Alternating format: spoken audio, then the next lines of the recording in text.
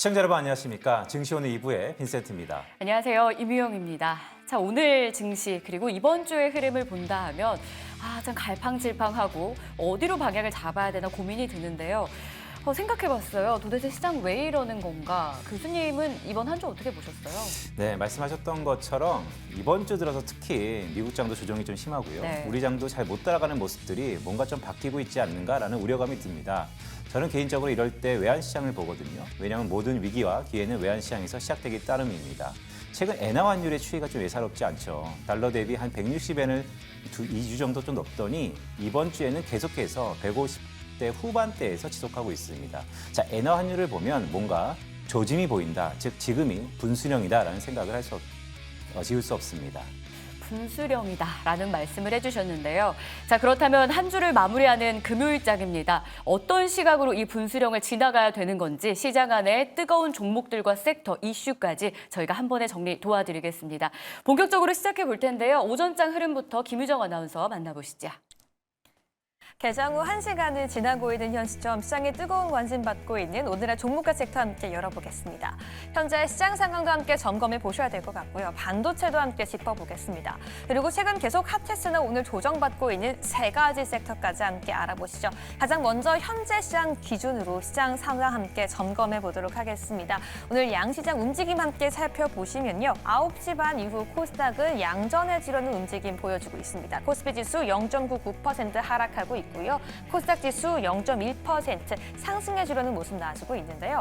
이 시총 상위주에서 길을 잃은 대기 자금들이 지금 다시 한번 바이오와 2차 전지로 쏠리는 모습까지 나와주는 모습입니다. 최근 이번 주 내내 하락하는 모습 보였지만 거래량이 동반된 하락이 아니었기 때문에 시장의 상승과 회복까지 함께 기대해 보도록 하겠고요. 수급 상황도 함께 살펴보도록 하겠습니다. 시장 전반적으로 탄력성이 부족한 모습 보여주고 있고요. 외국인과 기관 투자자는 양시장에서 매도하는 모습 보여주고 있는데요. 선물 시장 역시 개장 후에 하락폭을 회복하지 못한 점도 부담이지만 계속해서 오늘 장중에 어떤 포지션 변화는 일어날지까지 함께 주목해 보셔야겠습니다. 그럼 오늘 첫 번째 섹터죠. 반도체 함께 짚어보도록 하겠습니다. 간밤 미증시에서는 TSMC가 깜짝 실적 발표를 하면서 엔비디아 등 몇몇 반도체주들이 다시 한번 양전해주고 상승해주는 모습 보였습니다. 하지만 시장에서는 미증시에서 이 트럼프의 대만 때리기 발언은 계속해서 이어질 것으로 우려감도 감돌고 있는데요. 그럼에도 불구하고 월가에서는 낙폭이 너무 과했고 이제는 엔비디아를 매수해야 할 시점이다라고 이야기하고 있습니다. 이에 따라 오늘 삼성전자, SK하이닉스 그 외 장비단도 함께 일제히 하락하는 모습 보여주고 있는데요. 그럼에도 불구하고 그 안에서 이 CXL 테마는 상승해주는 모습 보여주고 있습니다. 함께 열어볼까요? 바로 삼성전자가 CXL 시장을 선점하겠다라고 직접적으로 발언해주면서 투심이 살아난 모습이고요. 특히나 대만 언론, 중국 언론을 통해서 삼성전자에 대한 기대감은 계속 들어오고 있죠. 확인되지 않는 내용입니다만 계속 HBM3에 대한 기대감, 퀄테스 통과에 대한 기대감이 들어오고 있는 만큼 관련 내용까지 함께 후속 기사 체크해 보셔야겠습니다. 그럼 최근 핫했지만 오늘 조정받고 있는 섹터들도 하나씩 점검해 보도록 하겠습니다. 가장 먼저 원전 섹터 함께 열어보시죠. 체코를 통해서 원전 우선 협상자 발표 소식이 전해졌습니다. 2개의 기기가 확정이 되었고요. 향후 5년간 추가적으로 전력에 대한 필요성이 증가하게 될 경우 2+2로 추가 2개 기기에 대한 기대감까지 들어온 가운데 경제 효과가 무려 50조일 것이란 기대감까지 들어오고 있는데요. 하지만 전일 원전 관련주의 상승세는 1시간도 채 유지되지 못한 채 윗꼬리가 길게 달렸습니다. 그 이후로 시장은 바로 이 웨스팅하우스라는 키워드를 제시했는데요. 이 미국의 웨스팅하우스가 자사 기술을 사용했다면서 한수원에 제기된 소송 역시 해결해야 할 과제라고 보기 때문에 지금 관망 태도를 유지하고 있다는 분석입니다. 하지만 시장에서는 그게 그렇게 큰 우려는 아닐 것이라는 의견도 함께 제시되고 있는데요. 바로 한국과 미국이 완만하게 해결하고 있는 협상 단계 막바지라고 분석하고 있기 때문입니다. 그럼에도 불구하고 웨스팅하우스의 이슈 로열티 부분이 어떻게 해소가 될지 그리고 지금 현 타이밍에서 원전주 추가 매수까지 가능한지 오늘 정확하게 전략 함께 세워보도록 하시고요. 다음 섹터도 함께 열어보겠습니다. 바로 전력 설비 섹터입니다.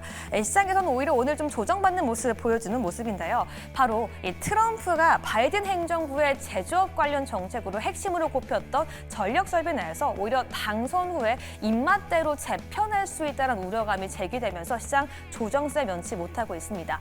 그럼에도 불구하고 현재 시장에서는 11월 대선 전후로 대규모 인프라 투자를 기대해 볼 수 있다는 의견까지 감돌고 있는데요. 과연 지금 전력 설비 관련주는 매수할 타이밍인지, 특히나 18일부터 19일 산일전기 공모 청약까지 있는 가운데 시장의 새로운 분위기를 만들어낼 수 있을지 함께 알아보시죠.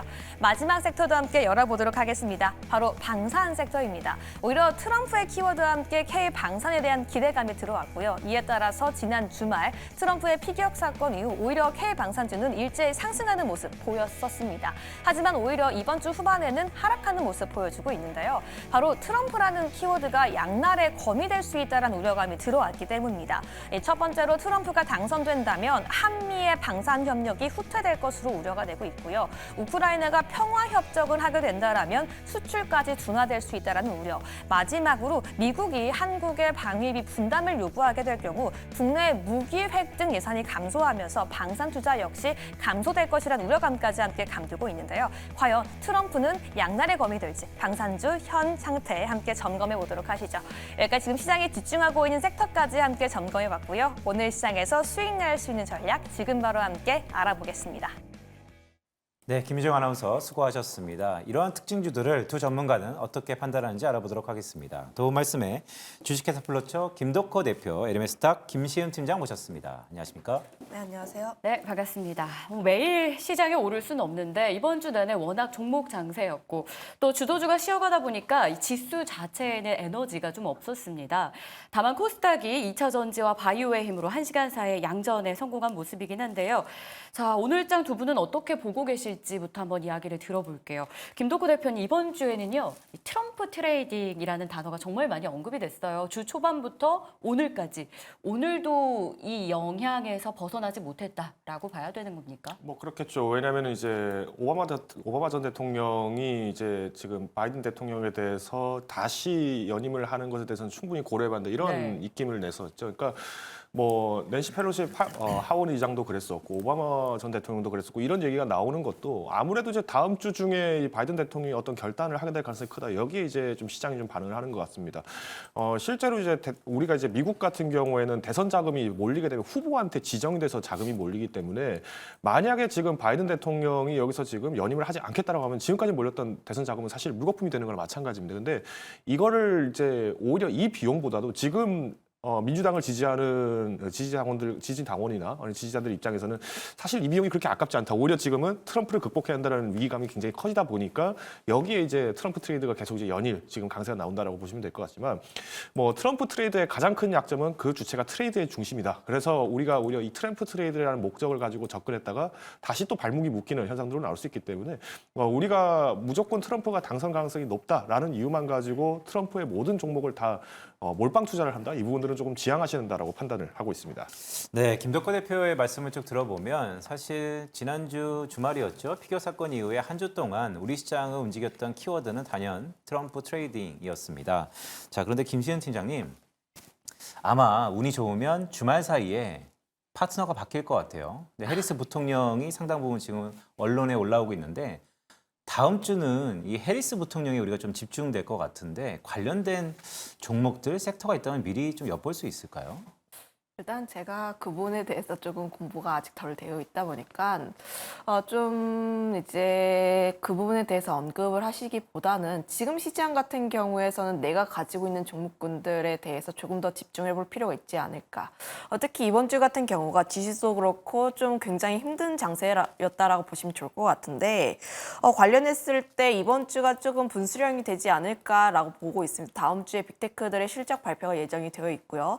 이번 주들 미국의 옵션 만기일도 어느 정도 예정이 되어 있다 보니까 관련했을 때 다시 한번 실적에 대한 기대감을 안고 우리는 이 부분에 대해서 조금 더 집중을 해볼 필요가 있다라고 보시면 좋을 것 같습니다.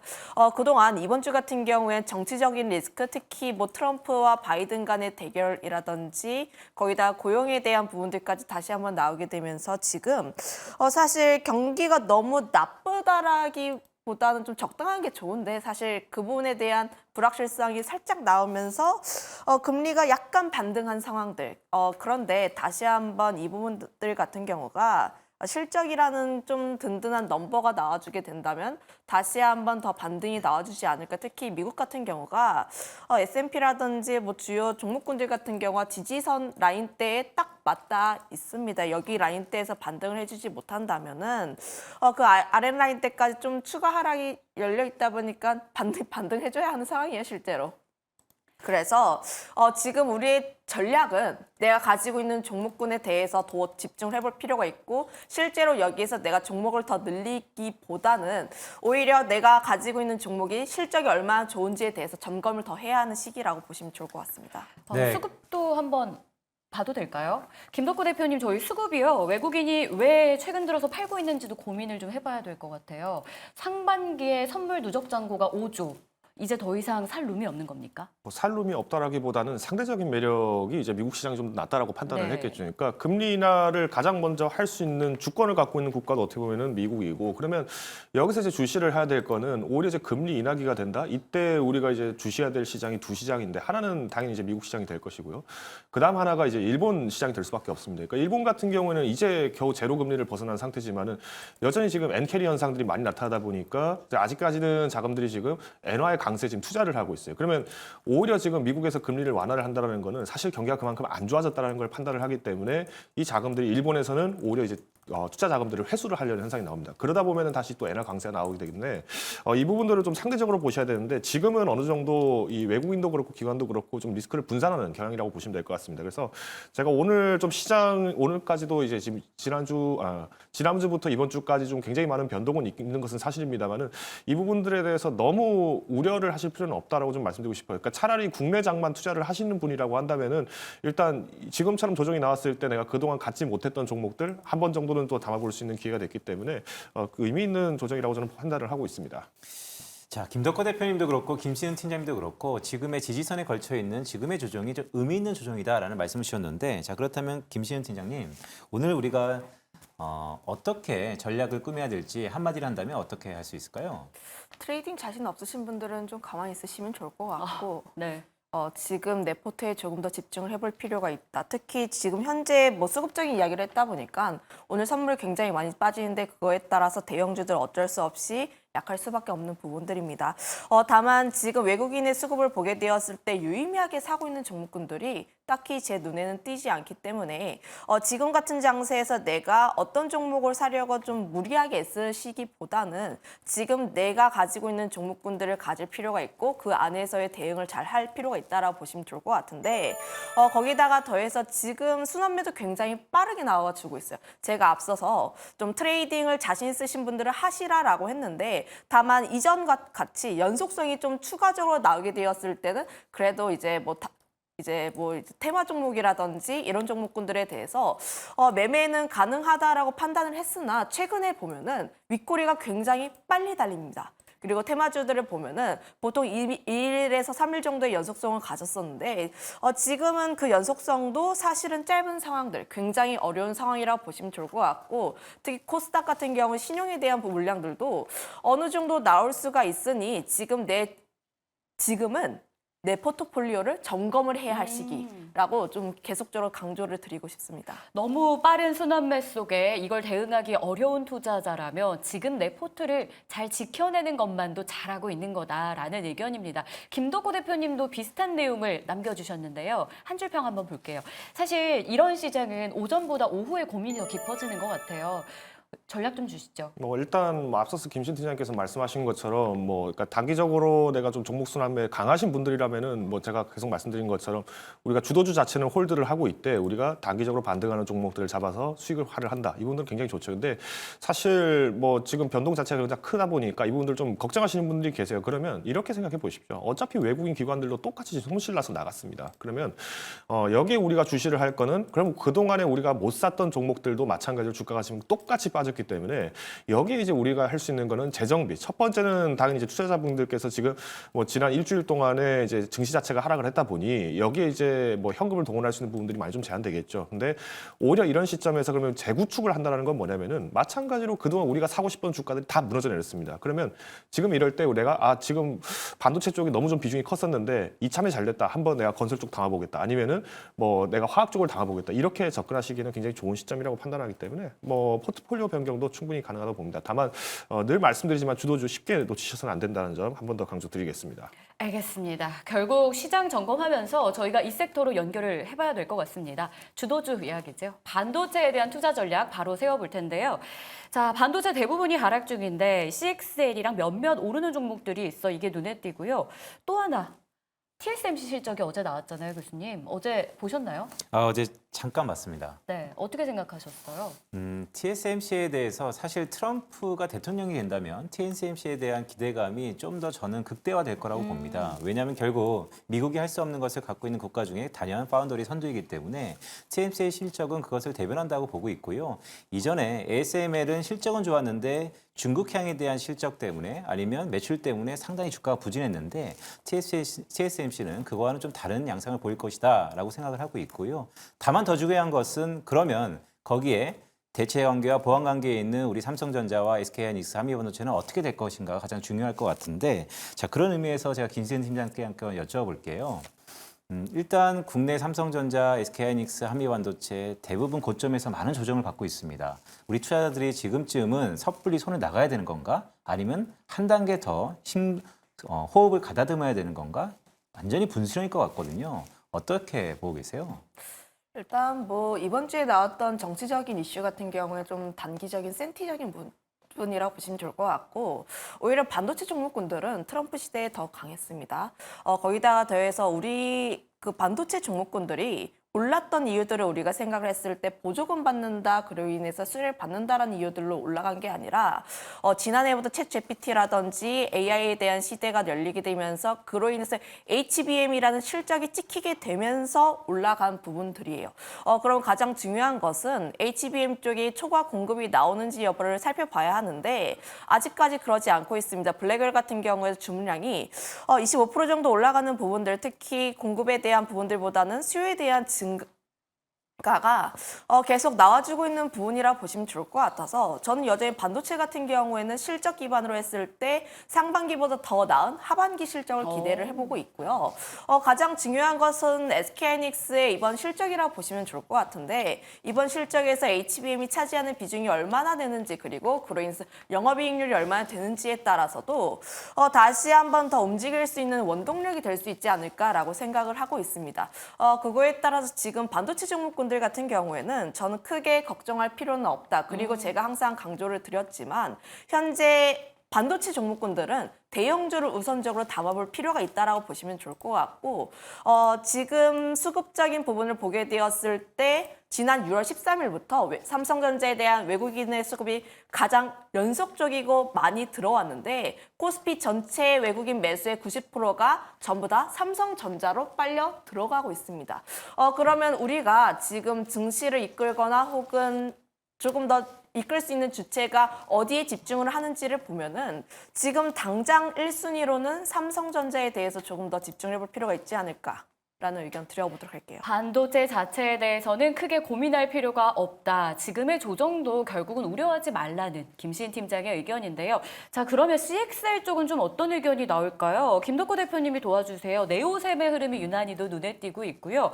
삼성전자가 어제 CXL 관련 설명회를 가졌죠. 양산 계획이 좀 본격적으로 발표되는 분위기가 형성됐는데 가장 큰 수혜주로 봐도 되겠습니까? 뭐 그렇죠. 결국 이제 삼성전자가 CXL을 계속 만지작거리는 이유도 결국은 생산하고 있는 디램을 팔아먹기 위해서 지금 이슈를 만들고 있다고 보시면 될 것 같습니다. 그러니까 CXL을 좀 간단하게 말씀드리면은 그러니까 우리가 그동안 디램이 뭐 여러 가지 소요에 쓰인다, 뭐 GPU에 들어간다, 뭐 얘기들은 다 알고 계시겠습니다만은 이 소요에 대해서 그러니까 남는 디램의 용량 부분들을 빌려온다. 그러니까 우리 먹자골목 같은 데 갔을 때 식당에서 뭐 옆집이 장사가 잘 됩니다. 근데 공깃밥이 다 떨어진 거예요. 그럼 어떻게 하죠? 옆집 가서 공깃밥 몇 개 좀 빌려오죠. 이런 형태로 하다 보니까 서로가 상생된다. 뭐 이런 형식으로 많이 가는 게 먹자골목의 특징인데 이게 이 CXL의 역할이라고 보시면 됩니다. 그러니까 남는 메모리를 활용할 수 있게 하면서 최소한의 전력으로 오히려 효율성을 늘리겠다라는, 그러니까 장벽 자체를 이제 아예 해소를 시키겠다라는 게 지금 굉장히 좋은 이슈인데, 문제는 이걸 지원하고 있는 이제 CPU 부분들이 좀 양산이 빨리 되는데 이게 아직 인텔에서 좀 명확한 제시를 못 하고 있어요. 오히려 인텔 같은 경우에는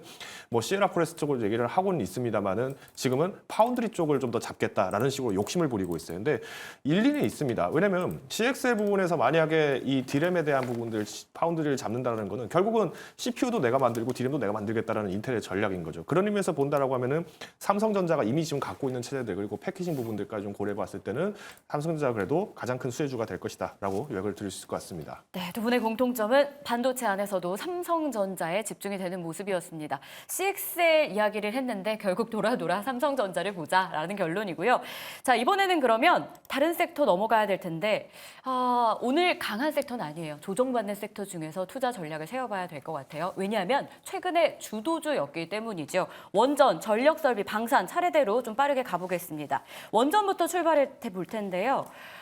두 분께 이번엔 OX로 한번 의견을 물어볼게요. 원전주에 대해서는 사도 괜찮을까요? 들어주시죠. 네, 두 분의 의견은 엇갈렸습니다. 일단 김시은 팀장님은 사겠다라는 의견이시잖아요. 원전주 일단 오늘 그럼 조정을 매수 기회로 삼아도 되는 건지 자연스러운 조정 이렇게 해석해도 되겠습니까? 분할 매수의 관점에서 이해해 보시면 좋을 것 같아요. 물론 이제 기다렸던 이슈가 오픈이 되면서부터 차익 매물이 나왔던 부분들, 특히 우리 증시에서 지금 뭐 수주에 대한 기대감을 안고 종목군들의 강세 흐름들이 계속적으로 펼쳐졌습니다. 특히 좀 이주가 밀린다라는 내용들이 나왔을 때도 불구하고 좀 생각보다 빨리 나왔네 하면서 갭을 굉장히 크게 띄었고 그로 인해서 음봉 마감이 된 상황들. 그때 좀 두산 에너빌리티를 예시로 들었을 때 외국인과 기관이 전부 다 밀어버렸어요.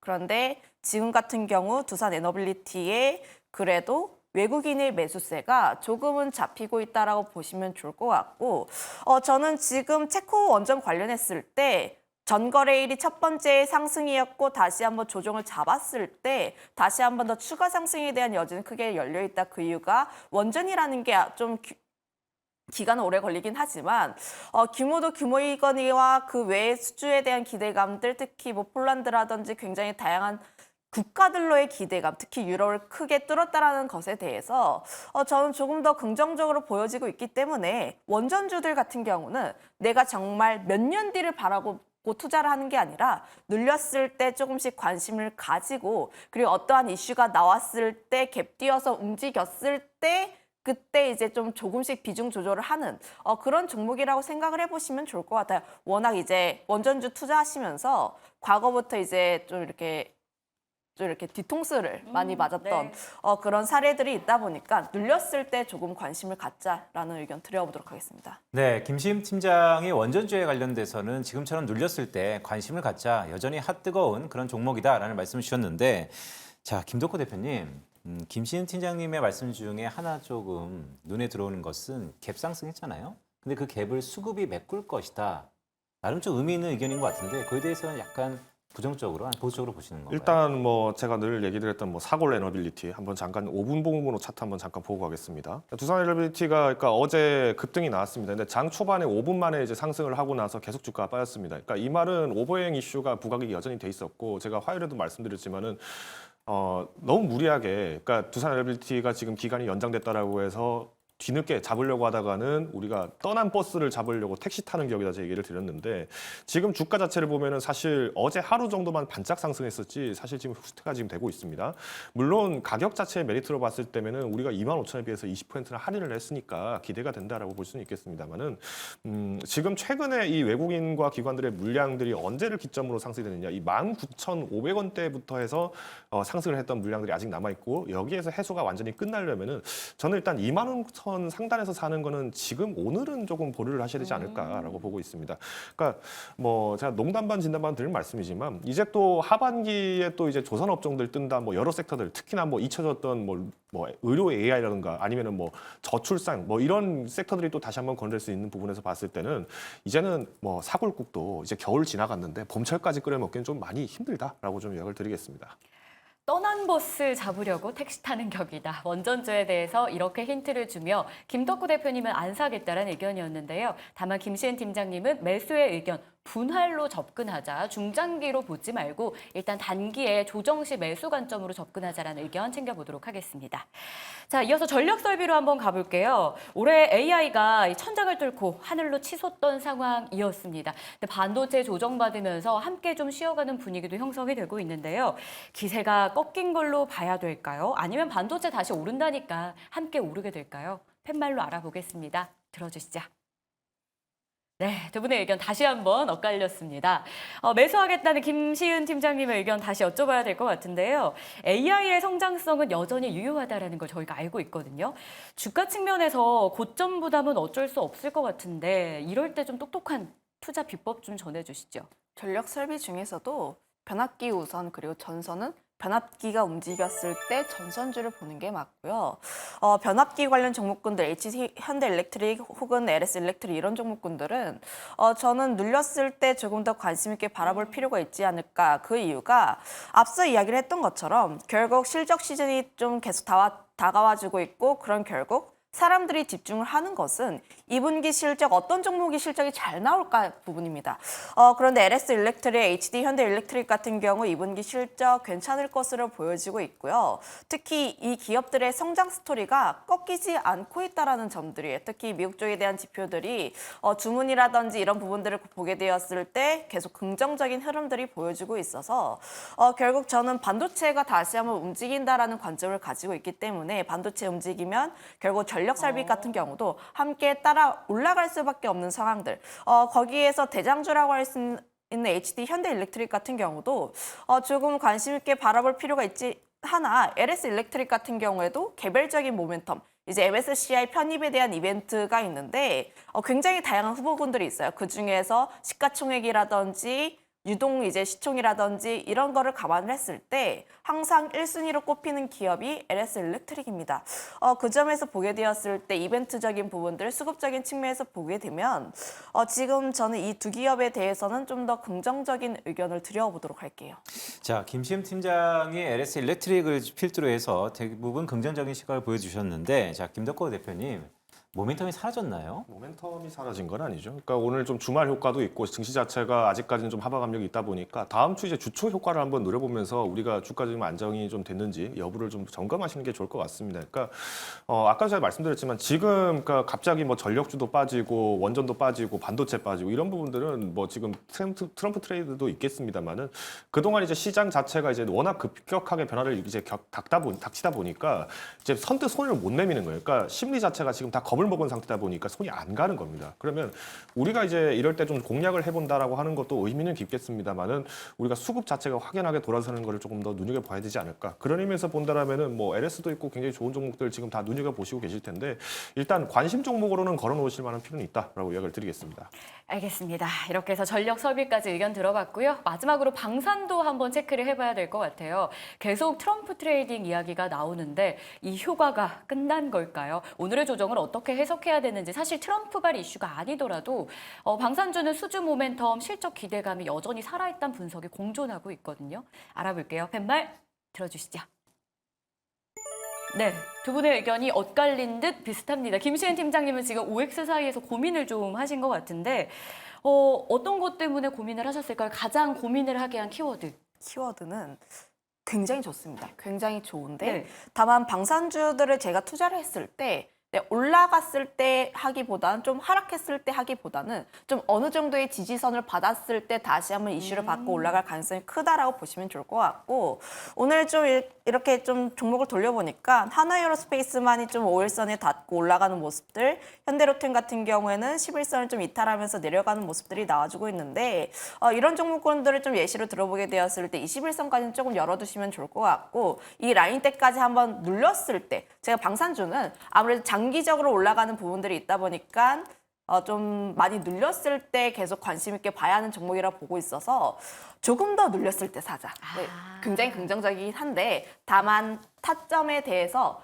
조금 살짝 더 눌렸으면은 관심 있게 바라볼 여지가 있지 않을까. 거기다가 더해서 방산 스토리들 굉장히 좋은 거 아세요. 굉장히 좋은 것도 아는데 다만 이제 가장 중요한 것은 추가 수주가 언제 터져주는지가 방산주를 다시 한번 또 이끌 수 있는 모멘텀이다 보니까 좀 그 이슈도 좀 기다려볼 필요가 있지 않을까라는 의견을 드려보도록 하겠습니다. 네, 김시흠 팀장님의 말씀을 쭉 들어보니까 K방상이 좋은데 지금 시점에서 조금은 호흡을 가다듬으면 좀 더 편하게 살 수 있는 자리가 있다라는 것으로 이해할 수 있을 것 같습니다. 자, 그런 의미에서 김덕호 대표님, 아까 김시흠 팀장님이 말씀 주셨던 것 중에 사실 K방사는 딱 하나만 보면 된다라고 하면 수주잖아요. 그렇죠. 3분기 수주 괜찮지 않나요? 뭐 3분기 수주도 상당히 기대되는 게 굉장히 많고 이제 현지화 전략 부분들까지 고려해 본다면 뭐 하나 시스템 뭐 이런 기업들도 거론이 굉장히 많이 되고 있죠. 그러니까 지금 주가가 조정이 된 걸 가지고 이제 많은 분들이 좀 걱정하시는데, 그러니까 분명히 상승할 때까지만 해도 트럼프 트레이드 때문에 상승했다 얘기하더니 빠질 때도 트럼프 트레이드 때문에 빠질 것이다 이런 얘기를 하는 거 굉장히 좀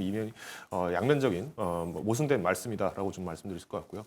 그러면 우리가 이제 여기서 현실적으로 바라볼 때 실적을 본다. 2분기 실적을 먼저 점검을 하고 접근하시는 분들도 저는 의미가 있다고 보지만 저는 크게 뭐 걱정할 필요는 없다고 봅니다. 그러니까 지금 당장에 저도 이제 계속 이제 방산 쪽, 그러니까 앞으로 한국의 방산 기업들이 만약에 국내에서만 생산을 해서 조달하는 형태로 간다면은 당연히 뭐 외국으로부터 뭐 유럽이라든가 미국으로부터 견제를 받을 수밖에 없기 때문에 한계점이 드러난다라고 말씀드렸습니다만은 아까 김진태 팀장이 언급하셨던 뭐 하나 에어로스페이스, 현대로템 이런 기업들은 현지 전략을 굉장히 좀 잘 추구를 하고 있어요. 그런 의미에서 본다라고 하면은 뭐 아까 말씀하셨던 것처럼 이제 분할 매수 관점에서도 충분히 의미가 있다고 보고요. 다만 이제 하나 에어로스페이스나 현대로템 같은 경우는 좀 상대적으로 이 21선까지의 지금 주가가 잘 빠지지는 않고 있어요. 그러니까 그만큼 기대감이 크다라는 것은 뭐 아마 다 아실 것 같습니다. 그래서 조금 조정되어 있던 좀 대형 종목들 중심으로 좀 접근하는 게 어떨까라고 말씀을 드리겠습니다. 콕 집어서 좀 말씀해 주실 수 있을까요? 뭐 저는 지금도 풍산은 굉장히 매력적이라고 판단을 풍산. 하고 있습니다. 그러니까 6만 원까지 지금 6만 원에서 5만 8천 원까지 빠졌다가 지금 반등을 했는데 이거는 이제 볼린저 밴드 하단을 이제 돌파를 했기 때문에 기술적인 반등 매매가 좀 나왔다고 판단을 하고 있고요. 오히려 여기서부터 이제 주가 자체를 상방하는 데는 두 가지 요소가 필요합니다. 첫 번째는 이제 구리 가격에 대한 인상. 그러니까 당연히 금리 인하가 되기 시작하면서 신동사업 부분들의 마진율이 올라갈 것이다. 이게 이제 지난 5월 달에 7만 8천 원까지 주가를 올렸던 원동력이었습니다. 두 번째는 이제 여기에서 이제 폴란드 조달하는 이제 탄약, 그러니까 나토에서 지금 현재 마찬가지로 탄을 굉장히 많이 조달을 해주고 있습니다만은 뭐 폴란드뿐만 아니라 뭐 유럽에 있는 많은 국가들이 지금 탄약과 비어 있어요. 그러니까 여기에 지금 마크롱 대통령도 우리가 이제 탄을 직접 조달하자라는 식으로 얘기를 했는데 이게 뭐 하루 이틀 만에 만들어질 상상량은 아니죠. 그래서 저는 오히려 내년까지도 충분히 풍산의 실적을 좀 기대해봐도 좋을 것 같다라고 이야기를 드리겠습니다. 네, 유럽에 탄약이 비어 있다. 그것을 K방산, 즉 풍산이 메꿀 수 있다라는 말씀을 주셨습니다. 자, 오늘 김시흠 팀장님은 전반적으로 원전주 긍정적으로, 전력 설비 긍정적으로 보시면서 방산은 약간 중립이었는데 오늘 공략주가 있다면 어떤 게 있을까요? 그 외의 종목. 바이오 쪽에서 가지고 오. 왔고요.